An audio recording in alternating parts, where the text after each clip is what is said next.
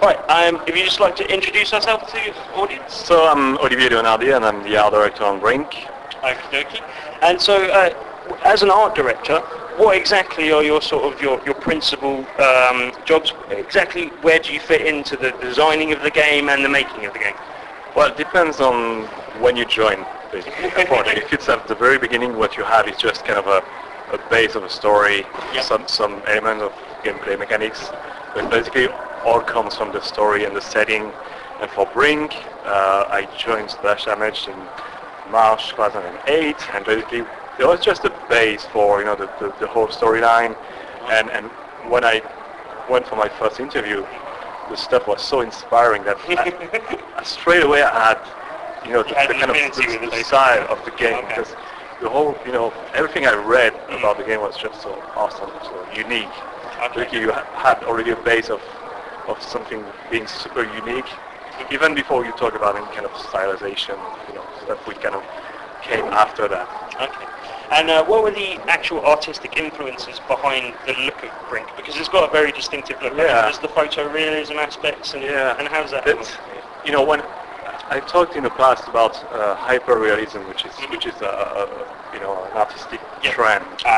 But it's more about the process than kind of mimicking what hyper-realism is doing. Basically, they have techniques about scaling up things, so all the details kind of jump into your face, and that's the same thing we did for the characters, for example, where the fabrics are a bit scaled up, like every detail, like zips, buttons and stuff, so we kind of exaggerate this, and we did the same for the environment. Basically, we kind of boost the colors and kind of force the details on the textures as well. A lot of post-apocalyptic style games have a very washed out kind of feel to them. This has got very vibrant colour behind it. It was really time to change.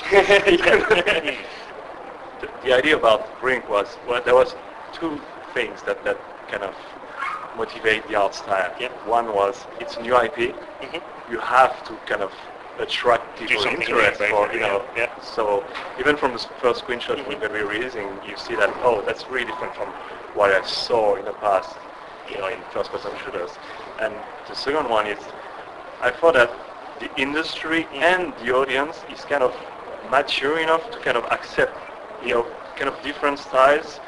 And there are games that did it before us, but it's just a bunch of games that kind of trying to push for like a bit of stylization, a bit of exaggeration, and kind of you have like a more interesting visual at the end, because you're not like the whole just doing everything everyone else is doing.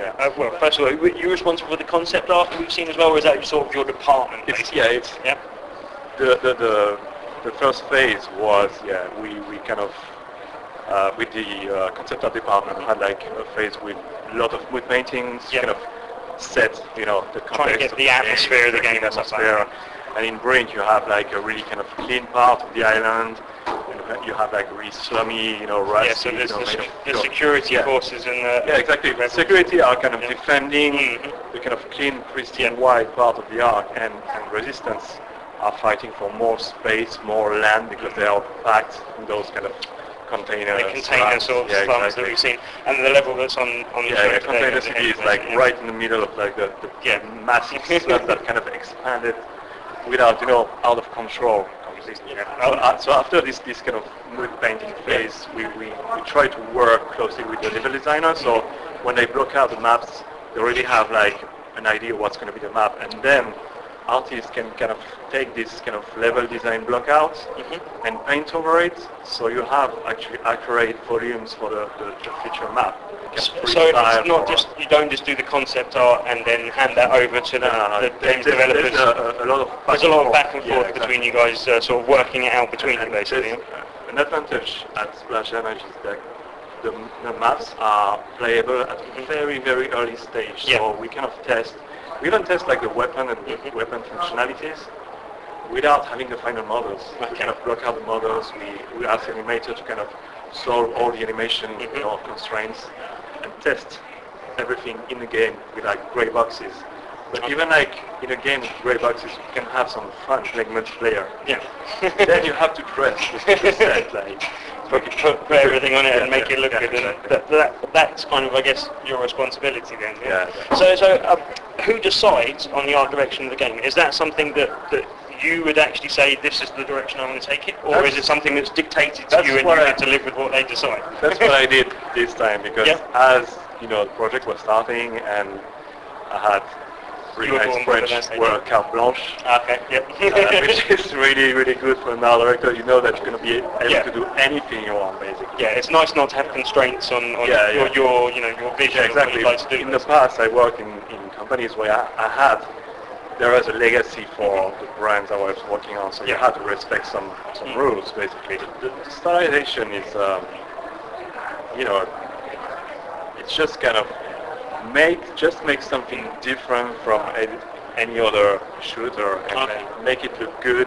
We wouldn't go for like a really extreme cartoony look to kind of at the end have some kind of niche art style, which is not, because you're going to kind of alienate layers and then you kind of reduce the audience. You want it to have a wide appeal, basically. Yeah, exactly. At the end of the day, you don't want your art direction to be putting people off playing the game.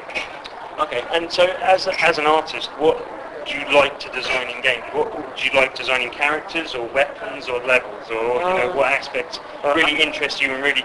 I have a background of before being an art director, I was an environment artist and a lighting artist. But Brink had so much potential in terms of character and character customization and weapon customization that we went completely wild on this stuff, which is quite unique for a first-person shooter.